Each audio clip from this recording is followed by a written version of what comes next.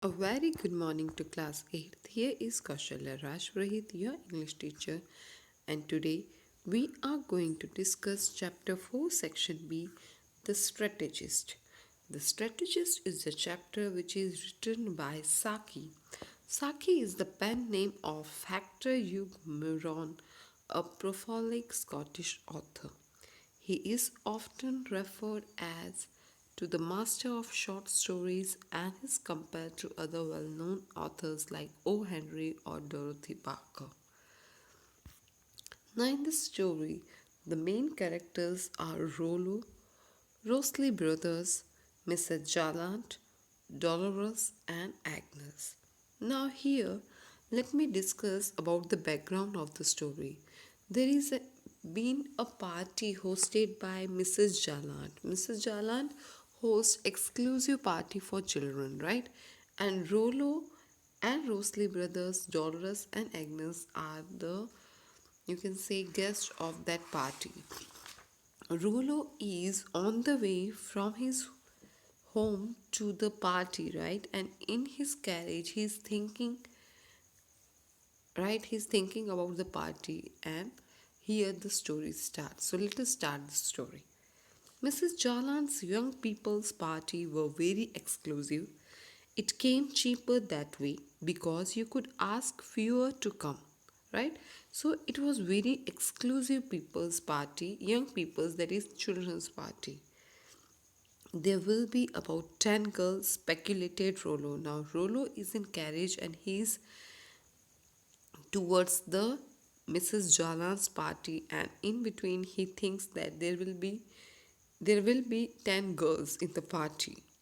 As he drove to the function, and I suppose 4 fellows, unless the Rosley bring their cousin, which heaven forbid, that would mean Jack and me against 3 of them, right? So Rollo is thinking about the guest in the party, and he has speculated that there will be 10 girls, and he drove to the function, and he supposed that there may be 4 fellows, 2 Rusley brothers and one himself and Jack. But if the Rusley brothers bring their cousin that he didn't want it, right, then they will be 3 against 2. Rollo and Rosley brothers had maintained an undying feud almost from the nursery days. So Rollo and Rosley brother has a prolonged dispute from their nursery days. They only met now and then in the holidays, and the meeting was usually tragic for whatever happened to have the fierce backer at the hand. Right? So they always had a dispute whenever they met, and they only met now and in holidays, and the meeting was always tragic, whoever had a fierce backer at the end, that is, fierce supporter. Rollo was counting on the presence of a devoted and a muscular supporter to be strong team. So he thought that there will be one supporter who is muscular and devoted, right? So they will be forming a small, strong team. But as he arrived, he heard his prospective supporter's sister apologizing to the hostess for unavoidable absence of her brother. A moment later, he noted that the Rosley had brought their cousins. Now, it was for disappointment for Rollo, as the person who was supporting him was not present in the party, and again Rosley brother has already brought their cousin. Now the two guests, 2 against 3 would have been exciting and possibly unpleasant. 1 against 3 would be amazing as a visit to dentist. Now Rollo have thought that there will be 2 against 3, but now Rollo was alone, right? Didn't had Jack also with him, and hence now the Rosley brothers were total 3, 2 Rosley brothers and one their cousin, and he was all alone. Rollo ordered his carriage for as early as decently possible and faced the company with a smile. He went to the party with a smile. Now, you children like to play games, I suppose, said Mrs. Jaland. And when he was there, Jaland told everyone that they would like to play games. The young guests were too well mannered to contradict her, but what were they to play? They were too well mannered and they didn't deny the truth, right? They all wanted to play the game, so everyone was thinking what game they should be playing. I know of a good game, said an elder Rosley. Now, one of the Rosley brothers told about a game. The game was a guessing game, that is, the boys leave the room and think of the word and then come back again. The girls have to find out what the word is, right? Rollo knew the game. He would have suggested it himself if his faction had been in the majority, right? So, Rollo knew the game, right? Which was suggested by the Rosley brothers. It doesn't promise to be very exciting, said the superior Dolores Snip on as the boys filed out of the room, right? But one of the girl, Dolores, she didn't find it very promising. So she said that it doesn't look like that exciting. The word chooser locked themselves into the library. They went into the library. The boys went into the library to decide the word so that they can ask the girls to ensure that their discussions were not interrupted or overheard, so that no one can overhear them or interrupt them. Then they went back to the waiting girls. The word camel, announced the Rosley cousin. Now, the Rosley cousin was unaware that he had already revealed the word, right? They didn't have to reveal the word. The girls needed to guess them, but Rosley brother was too excited and he announced the word camel. You stupid, screamed the girls. You have we have to guess the word. Now you will have to go back and think of another. Not for words. I mean, the word isn't really camel.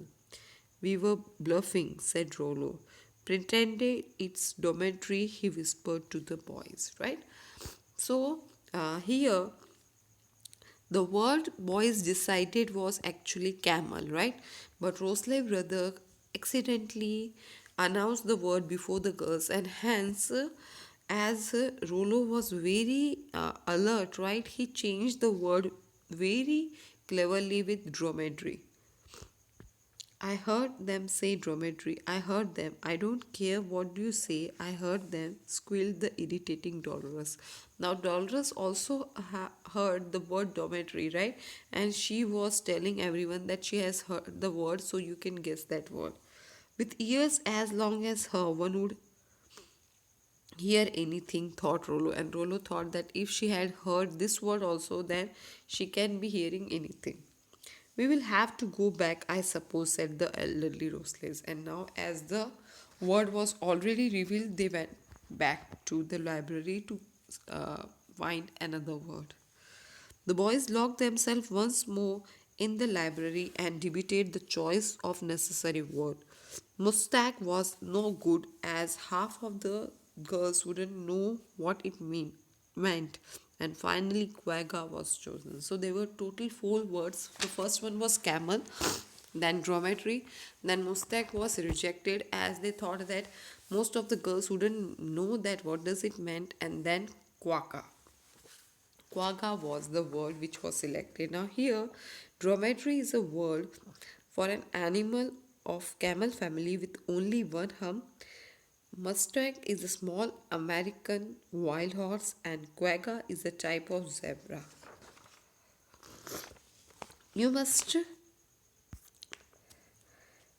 come and sit down over here, chorused the girl on their return, and the girls asked them to sit, but Rollo was adamant that the questioned person always stands up. On the whole, it was a relief when the game ended and the supper was announced, right? And when the supper was announced, the game ended. Now, Mrs. Jala did not stint her young guest, but she never puts extra goodies on her supper table. Now, stint means provide very little for something, right? She never provided little, but she never provided over also, right? It was, you can say, limited goodies in his supper, in her supper. It was usually good policy to take what you want while it was still there, right? On this occasion, she has provided 16 peaches, 2 go around 14 children, and it was really not her fault that two Rosleys and their cousin had each quietly pocketed an extra peach. Now, this time she had provided 16 peaches along with the other things. She had provided 16 peaches for 14 children, but Rosley brothers and they have cousin, they have taken one extra peach, and hence there was only one peach left with Dolores and Agnes Black, right? Blake. So we will be continuing this chapter, and when then Dolores and Agnes saw that one peach, it was really annoying for Dolores, right? And the fat, good natured Agnes Blake to be left with one peach between them. I suppose we had better half it, said Dolores sorely. Now they didn't had any options, so they decided to share it. But Agnes was fat first and good natured afterwards. Those were her guiding principle in life. She was very sympathetic towards Dolores but hastily devoured the peach and explaining that the juice would go waste if it was cut, right? So what happened, Agnes was a very good natured girl, but she was very keen to eat that peach, and hence she took and ate it and gave the excuse that the juice would be wasted if she would have cut it into halves, right? So here we'll be stopping and we'll be continuing this story in our next video. So let us meet next time. I hope you have understood this topic. Thank you.